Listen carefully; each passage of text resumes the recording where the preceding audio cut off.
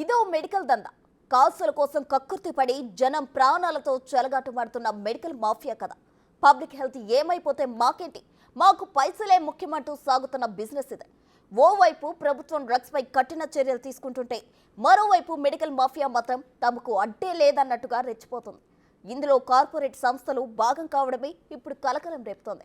అసలేంటి medical mafia, అది చేస్తున్న దందా ఏంటి? Big TV exclusive investigation.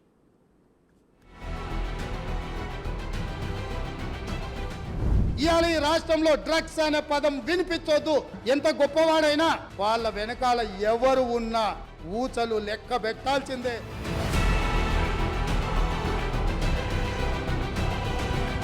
Telugu రాష్ట్రాల్లో కోరలు చాచిన డ్రగ్స్ భూతాన్ని తరిమి కొట్టడానికి తీవ్రంగా ప్రయత్నిస్తున్నారు రెండు రాష్ట్రాల ముఖ్యమంత్రులు. ఈ ఉద్యమంలో ఇప్పటికే బిగ్ టీవీ భాగస్వామ్యమైంది. డ్రగ్స్ పై అవగాహన పెంచేందుకు సే నో టు డ్రగ్స్ పేరుతో ప్రచారాన్ని నిర్వహిస్తున్నా. గుట్టు చప్పుడు కాకుండా కొనసాగుతున్న డ్రగ్స్ అమ్మకాలను వెలుగులోకి తెచ్చే ప్రయత్నంలో బిగ్ టీవీ బృందాలు శ్రమిస్తున్నాయి. ఈ కవరేజ్ సమయంలో మా దృష్టికొచ్చిన ఓ అంశం మెడికల్ షాపులే కేంద్రంగా సాగుతున్న మత్తు దందాపై దృష్టి పెట్టేలా చేసింది.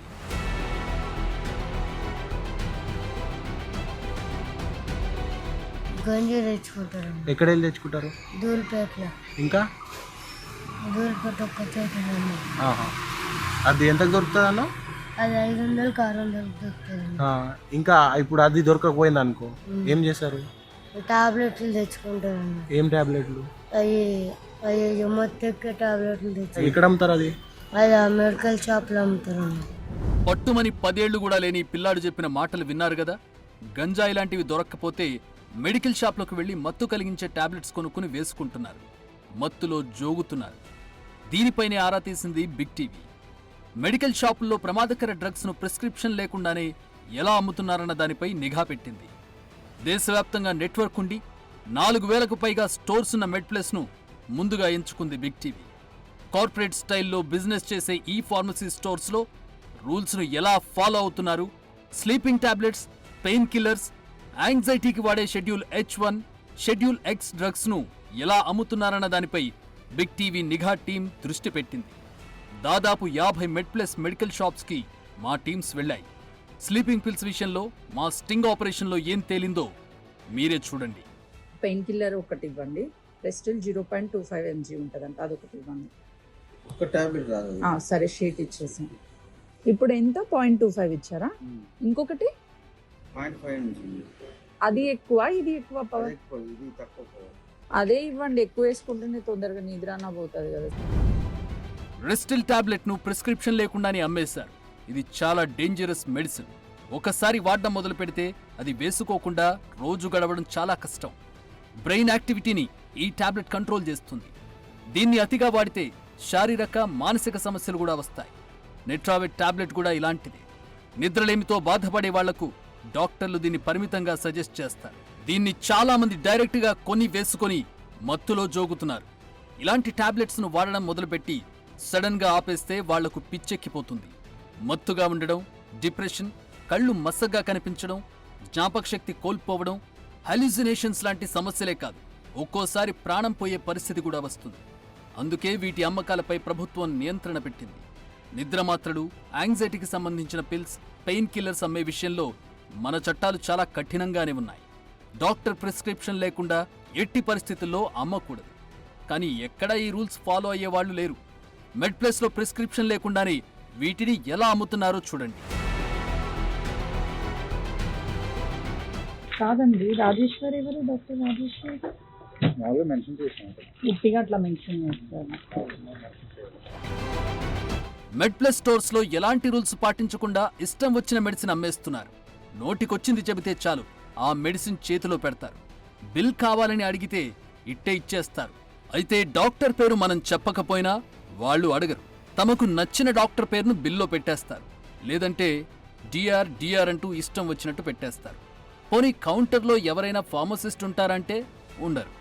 నిద్రమాత్రలతో పాటు అనేక షెడ్యూల్ X, H1 డ్రగ్స్ ను ఎవరికి పడితే వారికి ఇచ్చేస్తున్నారు. పైగా డాక్టర్ రాసిచ్చిన మెడిసిన్ కన్నా తమ బ్రాండ్ మెడిసిన్ తీసుకుంటే డిస్కౌంట్ ఎక్కువ ఉంటుందంటూ చెబుతారు. బ్రాండెడ్ కంపెనీల మెడిసిన్స్ కన్నా మెడ్ప్లస్ జెనరిక్ మెడిసిన్ అమ్మితే ఇన్సెంటివ్స్ ఎక్కువ ఇస్తుండడంతో సేల్స్ పర్సన్స్ కూడా కస్టమర్లకు ఇలాగే అంటగడుతున్నారు. కొన్ని చికిత్సలకు కాంబినేషన్ డ్రగ్స్ చాలా కీలకం. అవి ఒక మోతాదుకు బదులు మరో మోతాదు తీసుకుంటే నయం కాకపోగా కొత్త సమస్యలు వచ్చే ప్రమాదం ఉంది. అందుకే మెడికల్ షాప్లో ఫార్మసిస్ట్ కంపల్సరీ అన్న రూల్ ఉంటుంది. కానీ బిగ్ టీవీ వెళ్లిన చాలా మెడ్ ప్లస్ ఫార్మసీ స్టోర్స్లో ఫార్మసిస్ట్లే లేరు. కేవలం 10th ఇంటర్ చదివిన వాళ్లే అక్కడ మెడిసిన్స్ అమ్మేస్తున్నారు. ఫార్మసిస్ట్ లేకపోతే ఎలా అన్న మా ప్రతినిధి ప్రశ్నకు మెడ్ ప్లస్ స్టోర్ ఇన్ఛార్జ్ ఏం సమాధానం ఇచ్చారో చూడండి. ఇప్పుడు వన్స్ అగ్రిమెంట్ అయిపోయాక ఈయన హోమ్ గా పెట్టుకోవచ్చా? మీరు ఇవ్వరా? లైక్ సర్టిఫికేట్ ఉండాలి. సర్టిఫికేట్ సపరేట్ పెట్టుకోవాలి. B pharma M pharma certificate మీరు చేయలేదు మరి? చేయకపోతే రెంటెడ్ దొరుకుతుంది బయట సర్టిఫికేట్. రెంటెడ్ అడ్మినిస్ట్రేటర్ మేనేజ్ చేస్తారు. ఈ ఫార్మ్ చేసినంత సర్టిఫికేట్ ఇచ్చుకోవాలి. మంత్లీ ఎంత పే చేస్తే దాన్ని రెంటెడ్ అంటారు కదా, ఆ పర్సన్ కొంచెం కాంటాక్ట్ ఉండాలి. మెడ్ ప్లస్ స్టోర్స్ అంతటా మెడిసిన్స్ అమ్మేది ఇలాంటి వాళ్లే.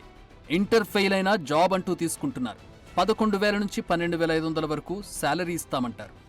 2 నెలలు మెడికల్ షాప్లోనే ట్రైనింగ్ ఇస్తారు. వారి 10వ తరగతి సర్టిఫికెట్ తీసుకుని 2 ఏళ్ల బాండ్ రాయించుకుంటున్నారు. ఇష్టం ఉన్నా లేకపోయినా 2 ఏళ్ల పాటు అక్కడ చచ్చినట్టు జాబ్ చేయాల్సిందే. ఫార్మసీ అయితే ఏం చేయలేదు. చేయాల్సి వస్తుంది. నాకు నార్మల్ డిగ్రీ. ఈ స్టోర్లో ఎంతమంది ఉన్నారు? ముగ్గురు ఉంటుంది. ముగ్గురు డిగ్రీ చేస్తున్నారు. 10th ఇద్దరు డిగ్రీనా?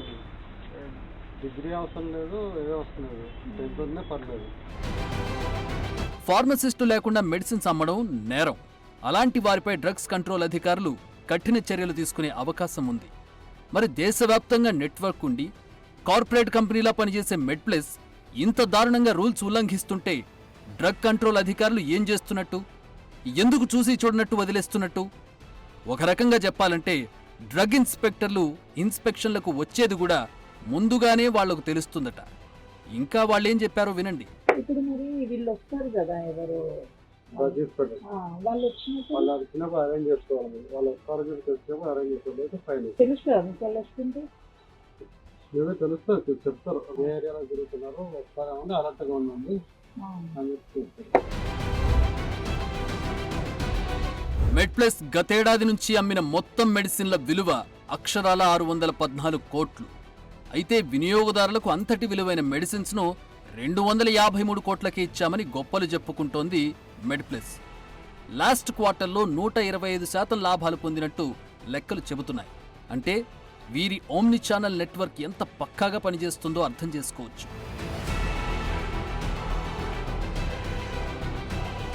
కంపెనీ పెట్టుకున్నప్పుడు లాభాలు ఆశిస్తారు. కానీ ఇది జనం ఆరోగ్యంతో చేసే బిజినెస్. లాభాలే కాదు, జనం ఆరోగ్యం గురించి కూడా ఆలోచించాల్సిన బాధ్యత ఉంది కదా. ఎందుకంటే మెడికేషన్ ఎర్రర్స్తో ఏటా 7.7 లక్షల మంది ప్రాణాలు ప్రమాదంలో పడుతున్నాయని గణాంకాలు చెబుతున్నాయి. ఒక్కోసారి డాక్టర్ రాసిచ్చిన టాబ్లెట్ మెడికల్ స్టోర్లో అందుబాటులో ఉండదు. అలాంటప్పుడు సేమ్ కాంబినేషన్ అంటూ వేరే టాబ్లెట్స్ ఇస్తుంటారు. అలాంటి టైంలో తెలిసి తెలియని వ్యక్తులు చేసే తప్పులతో ఎన్నో ప్రాణాలు రిస్క్లో పడుతున్నాయి.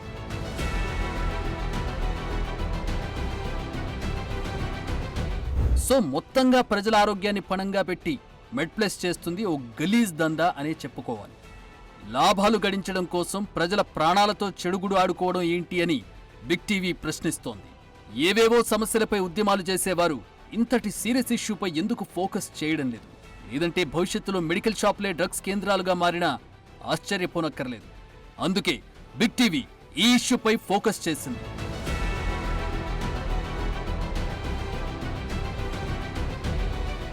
మెడ్ ప్లస్ మాత్రమే కాదు, మిగిలిన ఫార్మసీ చైన్స్ పైన మా నిఘా కొనసాగుతోంది. త్వరలోనే మరిన్ని కథనాలు ప్రసారం కాబోతున్నాయి. యువతను చిత్తు చేసే ఎలాంటి డ్రగ్స్ దందాకైనా చెక్ పెట్టాలన్నదే బిగ్ టీవీ లక్ష్యం. అందుకు ఎంతవరకైనా పోరాడేందుకు మేం సిద్ధం.